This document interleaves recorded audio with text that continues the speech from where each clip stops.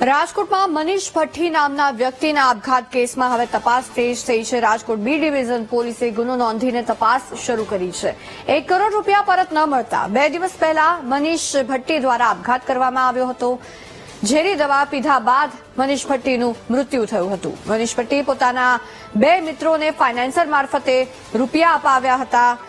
તેમના બંને મિત્રો સંજય અને સુરેશ રૂપિયા પરત આપતા ન હતા। ફાઇનાન્સરો મનીષ ભટ્ટીને હેરાનગતિ કરતા હોવાનો મૃતકના પરિવારનો આક્ષેપ છે। ત્યારે તેમની દુકાન પણ ફાઇનાન્સરોએ પોતાના નામે કરાવી દીધી હતી। એટલે 2 મિત્રને પૈસા અપાવ્યા ફાઇનાન્સર પાસેથી વચ્ચે રહીને અને પછી આત્મહત્યાનો વારો આવ્યો।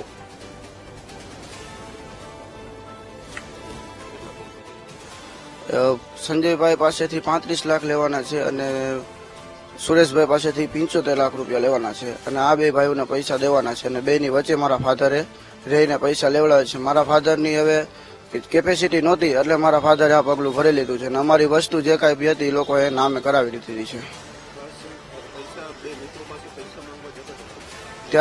ત્યારે મારા પપ્પા જ્યારે એ લોકો પાસે પૈસા માંગતા હતા ત્યારે એ લોકોએ કહી દીધું કે અમારી પાસે પૈસા જ નથી કાંઈ અને આ લોકોને મારા પપ્પાને પ્રેશર હિસાબે મારા પપ્પાને પૈસા 1 વર્ષથી 1.5 વર્ષ લગી મારા પપ્પા જ્યાં લગી થતું હતું ત્યાં લગી મારા પપ્પાએ પૈસા દીધેલા છે।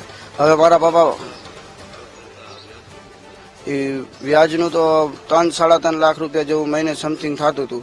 પછી જાજી બીજી માહિતી તો પછી મારા પપ્પા પાસે છે પણ એ અમને આટલી માહિતી અમારી પાસે છે।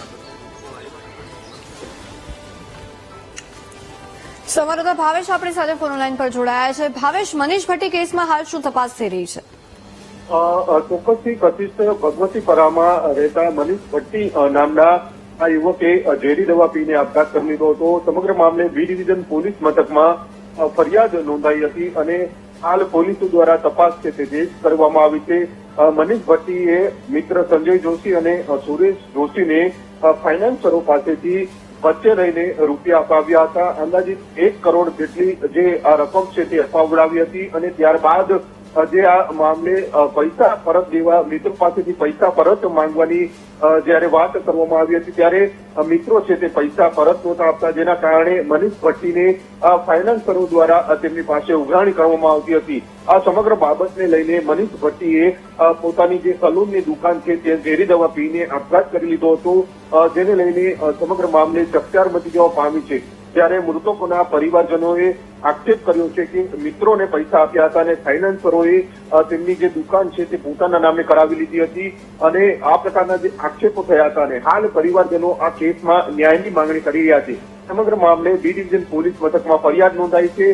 હાલ તો પોલીસ દ્વારા આ મામલે વધુ તપાસ છે તે શરૂ કરવામાં આવી છે। જી આભાર ભાવેશ સમગ્ર વિગતો બદલ।